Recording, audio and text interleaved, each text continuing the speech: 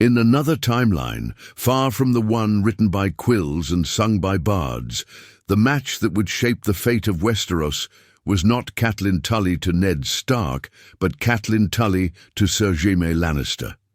It wasn't love that brought them together. It was politics, cold, cruel, and cunning.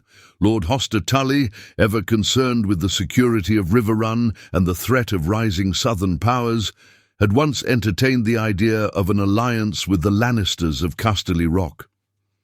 Tywin Lannister, ever the opportunist, had no desire for his golden lion to marry a nobody. But with tensions rising between the Mad King and the realm, Tywin changed his mind. He needed his son wed, and fast. The arrangement was sudden. Jaime, still young and unknighted, barely 17, was pulled from his dreams of joining the Kingsguard. Catelyn, barely 18, was promised to Brandon Stark, but Brandon was away, slow to act, and the Lannisters made their move. The ravens flew, the bannermen whispered, Riverrun agreed. And just like that, the girl who was meant to rule Winterfell became the Lady of Casterly Rock. Jaime didn't smile on his wedding day, neither did she. Catelyn wore crimson and gold, with her lips pressed in a line, her eyes watching Tywin more than her groom. Jaime looked like a boy, being dragged from a battlefield he never chose. There was no laughter, no joy, only the heavy silence of something unnatural being forced to bloom.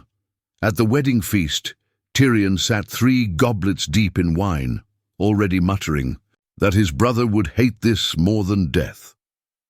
Cersei was absent, locked away in fury, refusing to watch her twin marry a girl she saw as beneath their blood. Tywin raised his cup and toasted to legacy, his voice cold as ice. The first night was colder. Jaime didn't touch her, not truly.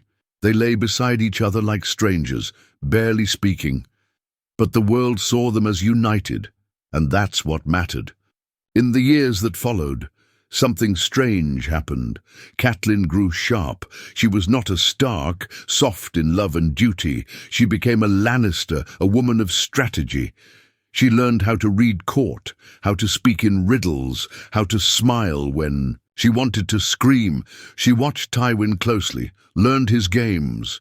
She gave Jaime no love, but she gave him heirs, 2 golden-haired boys and a daughter with wildfire in her eyes. As for Jaime, he changed. Gone was the boy with honor in his heart. His bitterness ran deep. Stripped of his Kingsguard dreams, forced into fatherhood, a pawn in his father's ambitions, he turned colder, crueler.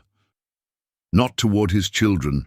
He loved them fiercely, and in secret, he loved Catelyn too. But he would never say it. He didn't know how. And what of Cersei? Her jealousy burned her alive. She despised Catelyn, loathed the children born of her womb, and plotted endlessly to undo the union. But Tywin's plan worked. For a time, with the Tullys at their side and Riverrun tied to Casterly Rock, the Lannisters grew stronger. When Robert's rebellion broke out, Jaime was not sent to King's Landing. He marched north, with Tully, banners flying beside the lions.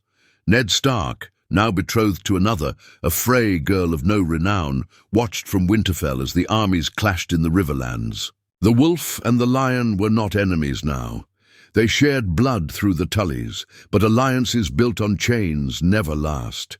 And when Brandon Stark was executed by the Mad King, Catelyn felt a pain she could never admit. Her heart broke for the man she might have loved, the man she should have married, and Jaime heard the news with a strange look in his eyes, not sorrow, not anger, but relief. Because deep down, he feared that Catelyn Tully had never truly been his. And maybe he was right.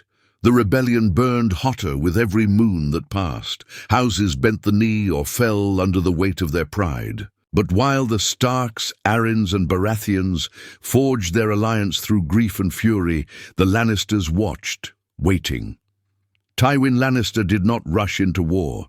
He played his own game, counting silver, measuring corpses, and feeding ravens, with half-truths.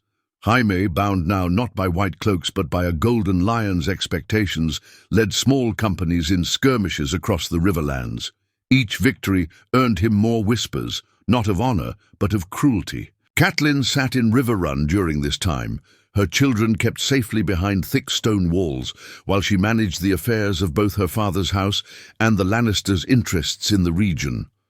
Hoster Tully, weakened by sickness, let her speak. In his name, it was said among the bannermen that Lady Catelyn's tongue was sharper than any knight's sword. She had become dangerous, and she knew it. But while she played the courtly game, she kept her ears open. She listened to the names shouted in the firelit camps outside the castle: Robert Baratheon, Ned Stark, Lyanna Stark, Rhaegar Targaryen. Names that once meant little to her now carried the weight of kingdoms. One night, word reached her of Brandon Stark's death in the Red Keep, strangled while his father burned. She dismissed her handmaids and wept alone. Not for love, but for the ghost of what could have been. Her marriage to Jaime had buried, and that passed, but the bones still shifted in her mind. Jaime didn't come to her that night. He was in the field miles away, hunting down pockets of rebellion in the Vale's outer reaches. When he returned weeks later, he smelled of blood and smoke, not perfume and wine. Their reunion was cold, their bed untouched.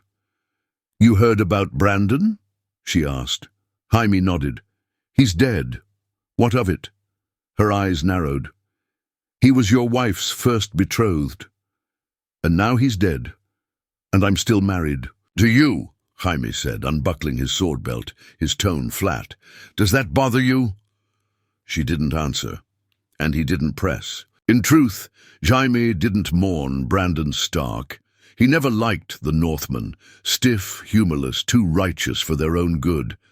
But what did disturb him was the way Catelyn had stared into the fire since the news came. Quiet, withdrawn, not broken, never that, but distant. He wondered if there was a part of her soul that had never left Winterfell. Meanwhile, Cersei had grown restless. Her hatred for Catelyn festered like a wound never stitched. She watched from Casterly Rock, a ghost in the halls where Catelyn's children now played. She hated the boys most of all, blonde and bold, with the Lannister smirk and their mother's calculating eyes. They were living proof that Jaime had been stolen from her. One night she cornered Tywin in the Solar. "You let her take him. You made him breed her like a dog.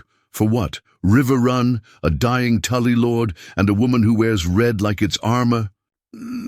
Tywin didn't look up from his ledgers. "You forget your place, girl." Cersei's lip curled. "No, father. I see it clearer than ever." She left that night and went to King's Landing. And there, under the shadow of the Red Keep, she began weaving her own web. She found comfort in the arms of Robert Baratheon, even as he raised his hammer in rebellion. She whispered in ears, made promises in the dark, and smiled like a lioness ready to pounce. When Robert's forces finally broke the Targaryens, and the Mad King was overthrown, the real game began. Jaime was not in the Red Keep when Aerys died. He never became the Kingslayer. That title belonged to someone else in this world. Sir Jonathan Darry, who struck the king down as he screamed for wildfire. Jaime arrived days later, battle-weary and scarred, to find the city already fallen, the throne already taken. Robert Baratheon was crowned king, and guess who stood at his side? Cersei Lannister, the queen. The look on Jaime's face when he saw her again was unreadable. The look on Catelyn's when she heard the news was pure calculation. Their marriage, once cold and awkward, had just become a battlefield of its own, because now her sister-in-law was queen of the realm. And Catelyn Tully Lannister, she was just the Lady of Casterly Rock, but not for long. The years that followed was slow-burning chaos dressed as peace. Robert Baratheon sat the Iron Throne, fat with victory, thin on wisdom. His crown weighed nothing to him, the wine goblet held far more value. And at his side, Queen Cersei Lannister smiled her viper smile, patient and poisonous. Back in the west, Catelyn ruled Casterly Rock in all but name. Tywin grew older, more distant, always buried in ledgers, war plans, and matters of succession. Jaime, no longer the Kingslayer, was now commander of the Western forces, a title he wore like a noose. Catelyn, sharper than ever, ran the household, the court, and the family with ruthless grace. And yet she was restless. The children grew. Her firstborn, Tyrick, bore the face of a Lannister and the heart of a Tully, proud, brave, and too trusting for his own good. Her second son, Martin, was clever, dangerous, and knew how to smile when he lied. Her daughter, Ellen, was fire wrapped in silk, a girl Catelyn knew would one day rule something, or burn trying. They were her future, and she would carve a path for them, with blood if needed. She began writing letters, old allies in River Run, bannermen in the Riverlands, lesser houses that Tywin overlooked. She offered favours, promised marriages, forged quiet alliances, always under the lion's shadow. Even the Maesters whispered that Lady Catelyn was more dangerous than her husband because she didn't swing a sword. She sharpened others. And Jaime? Jaime drifted further away with each passing year. The boy who once scowled at being leashed now drank late into the night, haunted by battles he didn't choose and a marriage he didn't understand. He was loyal in action, but not in heart. Catelyn had come to accept that. They had become a weapon, not lovers, not even friends, just two blades pointing in the same direction, for now. But when Robert began stumbling through court, bloated and broken, everything changed again. Cersei took over. She silenced councilmen. She replaced advisors with Lannister loyalists. And she moved her son, the golden-haired Joffrey, into position to inherit the throne. A child born during the rebellion, conceived in King's Landing. Catelyn had her suspicions. She wasn't a fool. The timelines didn't match. And Joffrey, he didn't act like Robert. He acted like someone else. Someone too familiar, and so she sent another letter, this time to Varys, the spider. The reply came in cryptic verse. Blood lies in gold, and gold lies in bed. The queen shares more than wine with her brother's head. Catelyn read it once, then again, and then she burned it. She didn't speak of it to Jaime, but she watched him closer. Saw how he tensed when Joffrey's name was spoken, how his eyes flinched when Cersei's raven arrived, how he avoided the capital unless ordered to attend. He was guilty, or he knew the truth and let it fester. Either way, Catelyn realized something chilling. Her husband was a liability. He was the only Lannister she couldn't control, not fully. He had no ambition, but he had shame. And shame, left unchecked, becomes weakness. So she began to plan for succession without him. If Tywin died, she would see her eldest son made Lord of Casterly Rock. Not Jaime, not Tyrion, her son. Tully Lannister hybrid, raised with teeth in his mouth and armor on his back. But before her plans could take root, a raven arrived from the north. Jon Arryn was dead.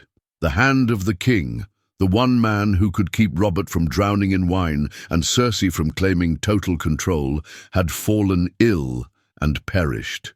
Quickly, quietly, suspiciously. Catelyn's fingers trembled as she read the message, not because she loved Jon Arryn, but because she knew what came next. Robert would ride north, to Winterfell, to see his old friend Ned Stark, and wherever Robert went, Cersei followed. That meant Jaime would go too, and the past, long buried, would rise again, because Catelyn hadn't seen Eddard Stark in over a decade, and he hadn't seen what she had become. When word reached Casterly Rock that King Robert was headed to Winterfell, Catelyn didn't hesitate. She made the decision before Jaime even returned from his latest border campaign. "I'll go too," she told Tywin. "You were not invited," he replied, not looking up from his scrolls. Catelyn smiled thinly. "Neither was your daughter once." He didn't argue, he never did any more. She had earned that power, Not through love, not through blood, but through survival. And Tywin respected survival more than anything. By the time Jaime returned, she was already preparing her wardrobe for the cold. He walked into her chambers still armored, sweat on his brow and irritation in his tone. "You're going north?" he asked. "I am," she said, lacing her gloves. "And so are you." He looked away. "Of course. To stand beside the Queen? Or do I mean my sister?" She flinched, just slightly, but he caught it. They saw too much of each other after all these years. Their journey north was cold in more ways than one. The golden Lannisters, so used to the sun-soaked stone of Casterly Rock, were ghosts against the white of the north. The people watched them with suspicion. The wolves did not welcome lions. When they arrived at Winterfell, the chill in the air was nothing compared to the one in Catelyn's chest. Ned Stark stood at the gates, greyer, more rigid, still wearing honor like a cloak. His eyes met hers for a moment, long enough for memory to breathe between them. She was no longer the girl he might have married, and he was no longer the man who could have saved her. "Lady Lannister," Ned said with careful distance. "Lord Stark," she replied, her voice smooth. "It's been too long for honesty, too long for blame." They exchanged pleasantries like enemies dressed in silks. Robert drank himself into a daze before the first night ended, dragging Ned into it with him. Cersei prowled like a queen lioness who smelled competition, her gaze burning into Catelyn's back during every feast. And Jaime, he watched them all in silence. One night, deep in the heart of Winterfell, Catelyn found herself walking the Godswood. She remembered the old ways. She had once knelt here in prayer, back when she thought the world made sense. She heard footsteps behind her. "You never looked right here," Ned said, stepping through the trees. "Too much red, too much fire." She didn't turn. "And you never looked right in a court. Too much honor, too much truth." He laughed once, quietly. There was a long pause. "You're not the woman I remember." She finally turned to face him. "And you're exactly the man I expected." He nodded at that. "Did you ever forgive me? For not coming for you? For letting Brandon—" "Don't," she cut him off, eyes sharp. "Don't say his name. Don't pretend you were powerless." "I wasn't," he admitted. "But I was loyal." "To who?" she asked. "To your brother. To your duty or to your cowardice?" The silence after that was heavy. Then finally Ned said, "You've changed."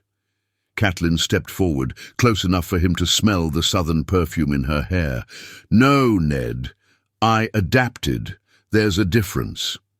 And with that, she walked away. She didn't look back.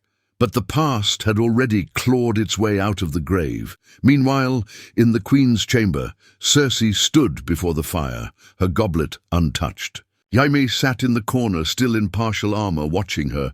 "She's playing a game," Cersei muttered. "They all are," he said. "It's court. It's always a game." "No," she hissed. "Catelyn is doing something more. She walks like she owns the North, speaks like she knows the future, and looks at Ned like she never married you." He didn't flinch. "You still want her?" Cersei asked. Jaime said nothing. The flames crackled. "Because if you do, dear brother," she whispered, "you're not just a fool. You're a traitor to me, to our blood." Jaime stood and walked to the door. Before he left, he turned back and said, "You were never owed all of me." And he closed the door behind him. Outside Winterfell's walls, the wolves howled. A storm was coming, not of snow, but of secrets. And Catelyn Tully Lannister had no intention of being caught beneath it. Because she knew the truth about Joffrey. And if Ned Stark ever found out, the game would end in fire and death, and she would not let her children be the ones who burned. The north was colder than Catelyn remembered. Not in weather, but in spirit. Beneath Winterfell's stone corridors, something ancient stirred. Secrets moved like shadows between hearth and hallway. Catelyn sensed it, though no one dared speak openly. She watched Ned carefully, measuring his silences more than his words. He was digging, investigating, and she knew sooner or later he'd find what he wasn't supposed to. She wasn't afraid of his discovery. She was afraid of what he would do with it. If Ned Stark uncovered the truth about Joffrey's parentage, that he was no true Baratheon, but the product of Jaime and Cersei's incest, he would not keep it quiet. His honor wouldn't let him. And if he told Robert, Robert would kill the boy, kill Jaime, and in that chaos, Catelyn's children would be nothing more than footnotes in a war between lions and wolves. She couldn't allow that, so she made a choice. One evening, while the snows drifted quietly outside the great windows of Winterfell, Catelyn paid a visit to Maester Luwin. She brought no guards, no cloak, just a small satchel of gold and a quiet smile. "You have ravens trained to fly beyond the wall?" she asked. He blinked. "I do, though they rarely make it far. What about to the east, across the sea?" Yes, though it is risky." She handed him a sealed scroll. No sigil, no wax of the lion or trout. Just a name, Illyrio Mopatis. "Send this immediately." He hesitated. "May I ask, You may not." She turned and left without another word. The next morning, Jaime found her standing in the Godswood again, this time with her daughter Ellen. The girl had red in her curls and mischief in her eyes, the kind that knew too much already. "She asked me why people in the north don't smile," Catelyn said, her gaze fixed on the trees. "What did you tell her? That smiles are wasted on those who still believe in honor." Jaime gave a hollow chuckle. "That's cruel." "It's true." Ellen ran off, chasing a squirrel into the snow. Jaime watched her go. "I see myself in her." Catelyn finally turned to him. "You see yourself in all your children, Jaime. That's the problem." He flinched. Then quieter, he asked, "Why did you come here? Truly?" She stepped closer. "Because I know your sister better than you do. She's going to kill Ned." Jaime's jaw tensed. "She wouldn't. She will. The moment he learns the truth, and when that happens, Robert will declare war on your house. He'll kill your sister, he'll kill Joffrey, and he'll kill you." "And what would you do?" Jaime asked. "Stand by. Watch it all happen." Catelyn leaned in. Her voice dropped. "No, I'll stop it, but not for you, for our children, for Ellen, for Tyrick, for what I built. I'm not letting the North or the Crown take it from me." He stared at her, something breaking behind his eyes. "You're not the girl I married. And you're not the knight I once hoped you'd be." They stood. There a moment longer, two people bound by name, history, and children, but not love. Then came the scream. It echoed across the courtyard, sharp and sudden.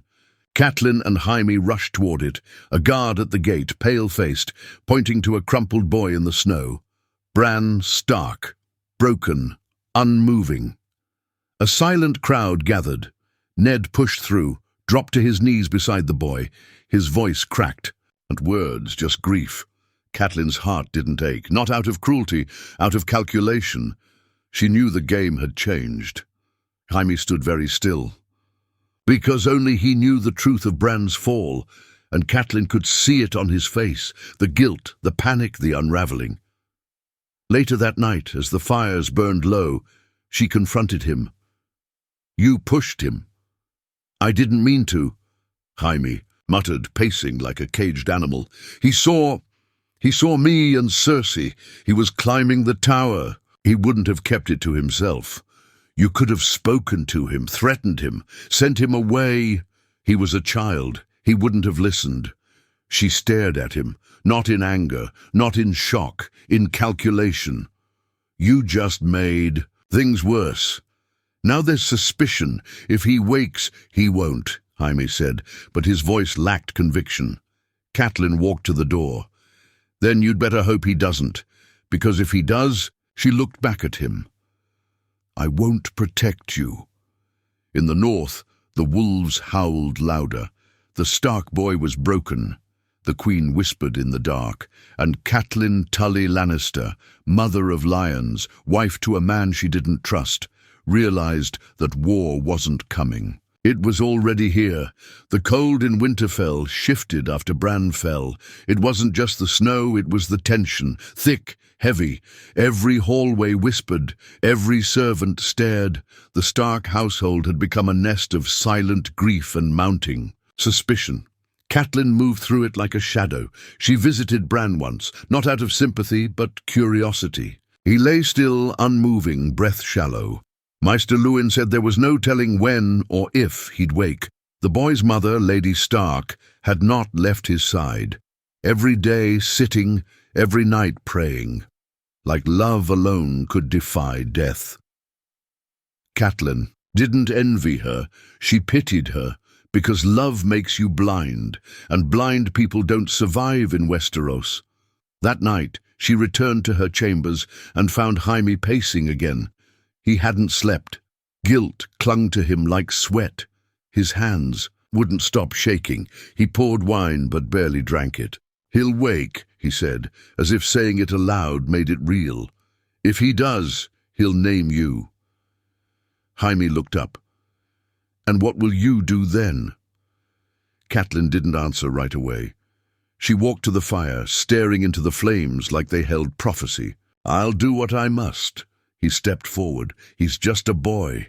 So were you when you started breaking things you couldn't fix." His mouth tightened, but he didn't speak. The silence between them was sharp enough to cut skin. The next day, Lord Eddard Stark received a letter from King's Landing. It was from his wife's sister, Lisa Arryn, the widow of the late Hand, John Arryn. Catelyn was present when the raven arrived. Ned read the message in silence, his eyes darkening with every line. "She says the Lannisters murdered her husband," he said finally. "Tywin, Cersei, Jaime." Catelyn's stomach turned, but her face didn't change. "That's a serious accusation." "She claims Jon was poisoned, that he found out something dangerous about the Queen, and there it was, the truth approaching." Ned paced the room. "Robert must know. I'll tell him what I've learned." Catelyn's heart skipped. "What have you learned?" Ned paused. "I've been reading Jon Arryn's last notes. He was investigating the royal bastards. Their black hair, their resemblance to Robert." He looked up. "Joffrey has none of it." Catelyn's blood went cold. "And neither do your children." He said it without venom, just truth. Cold, plain. Catelyn didn't blink. "Are you accusing me?" "No," he said. "Not you." He didn't say Jaime's name. He didn't have to. Later that night, Catelyn sat alone in the solar, writing. A short letter, only a few lines. She sealed it with no sigil, no trace, then summoned a stable boy. "You'll ride hard to the inn at the crossroads," she said. "Ask for a man named Petter Baelish. Tell him Lady Catelyn seeks his favour and his silence." The boy nodded and left. Jaime found her soon after. "What are you doing?" "Saving your life." He poured himself more wine, his hand steadier than before. "And what will it cost?" Catelyn turned. Her eyes were cold as winter. "Everything. But it will be paid in pieces." 2 days later, the king left Winterfell with Ned beside him. The Queen followed with Joffrey in tow. Catelyn did not go with them. She had made another choice. The moment they were gone, she gathered her things, kissed her children, and took the King's Road south, not to King's Landing, but to intercept someone else. Tyrion Lannister. She knew he'd be traveling from the Wall soon, and she had no doubt. Ned would name him suspect if Bran ever woke, so she planned to strike first. When she found him at the inn, she made no scene. She simply smiled, raised her voice, and turned to the room full of Northmen and Tully banners. "In the name of King Robert, I call upon you to seize this man, Tyrion Lannister, for the attempted murder of my nephew, Bran Stark." Tyrion's face went pale. "What in the 7 hells are you—" She cut him off. "You will answer for your crimes in the Eyrie. You'll face justice." Tyrion was dragged out, protesting all the way. It was a lie, of course. Catelyn didn't care if he'd pushed the boy. She had no proof. But what she did know was simple. The world needed a Lannister villain, and if it couldn't be Jaime, not yet, it would be Tyrion. Besides, it would send a message to the Queen, to Ned, to Jaime. Catelyn Tully was no longer a passive wife in the shadow of her husband's sins. She was a lioness now, and the first claw had drawn blood. The road from the inn to the Eyrie was treacherous, but Catelyn bore the danger with calculated calm. Tyrion Lannister, gagged and bound for most of the ride, spat insults when allowed to speak. He denied everything, insisted he had no reason to harm Bran, claimed it was all madness. A trap.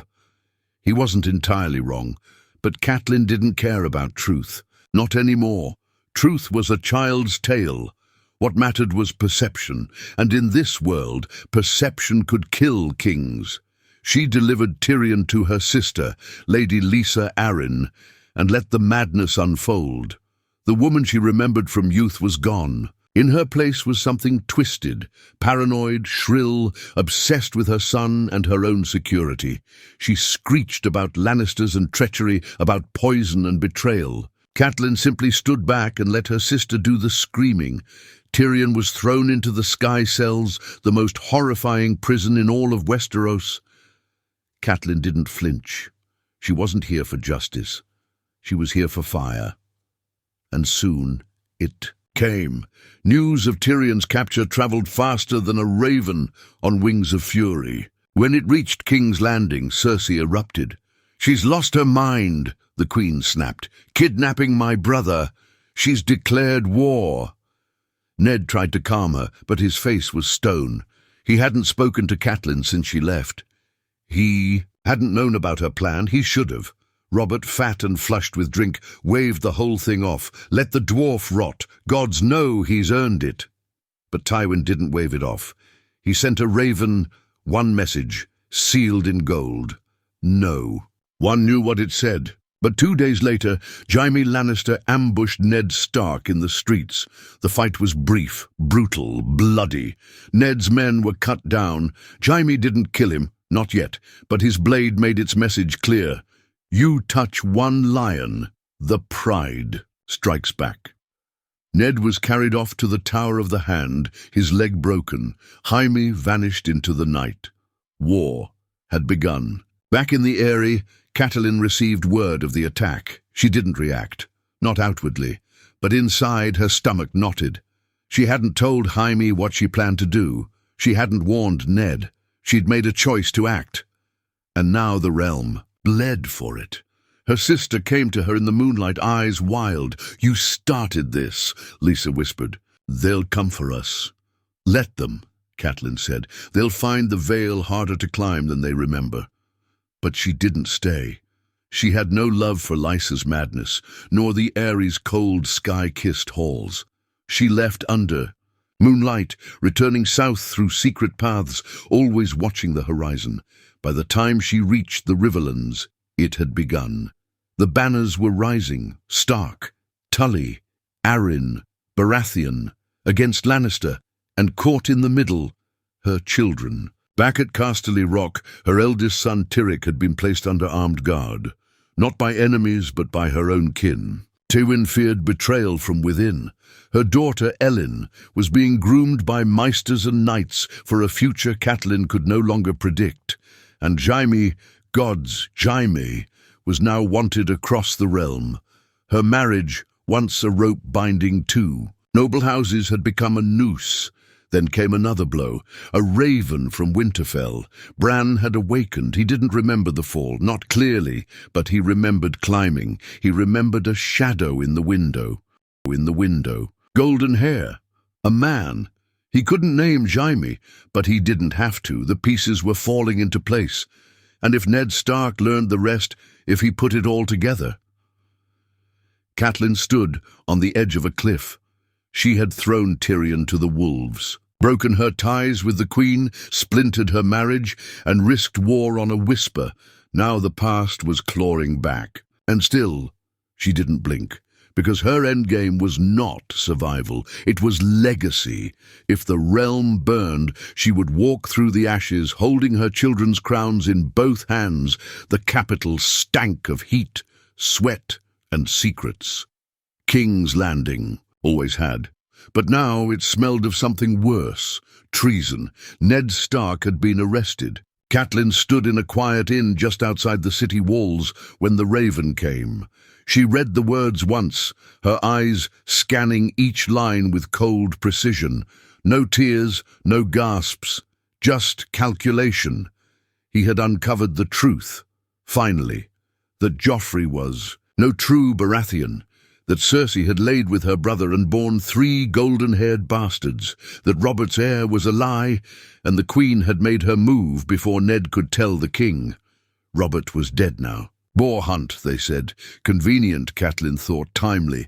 And now Joffrey sat the Iron Throne, teeth bared like a child playing king, while Ned Stark rotted in a dungeon, condemned not just by his enemies, but by his silence.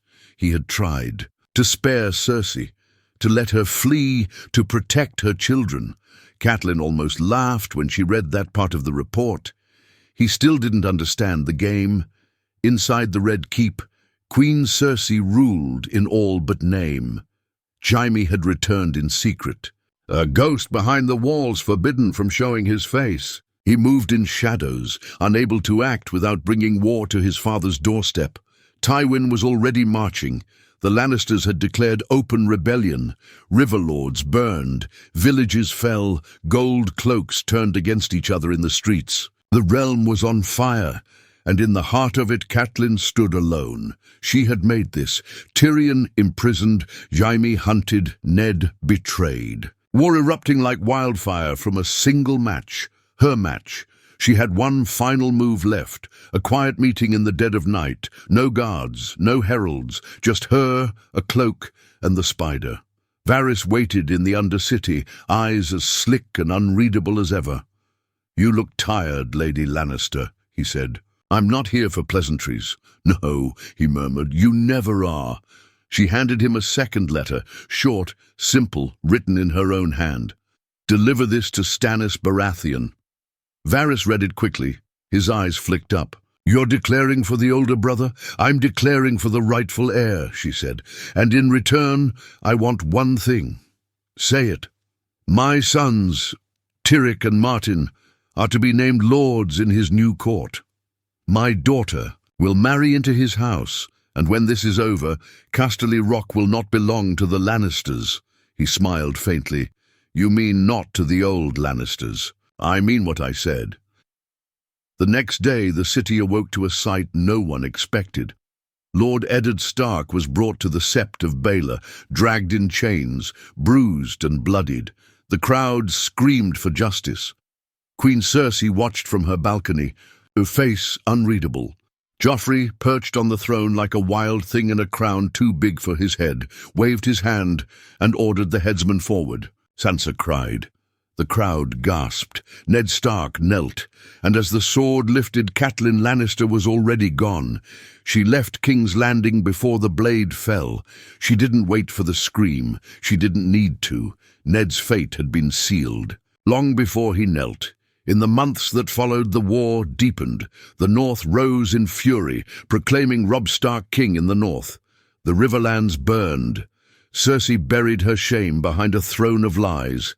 Jaime fled the capital, hunted, dishonored, stripped of his titles. Tyrion, surprisingly, was freed by royal order, sent to act as hand while Tywin marched. Even Catelyn hadn't planned that, but she didn't care. She was already back in Riverrun, where her eldest son, born of lion and trout, was being raised to lead. Tyrick Lannister wore crimson and gold, but his sword bore the sigil of a leaping trout. And Catelyn, she stood atop the castle walls, wind in her hair, watching the banners rise once more. She had burned everything behind her, love, loyalty, marriage, even family, to carve out a future that belonged to her blood. Ned had died for honor. Jaime had killed for pride. Tyrion had suffered for wit. But Catelyn had survived, and In the Game of Thrones, that was all that ever mattered.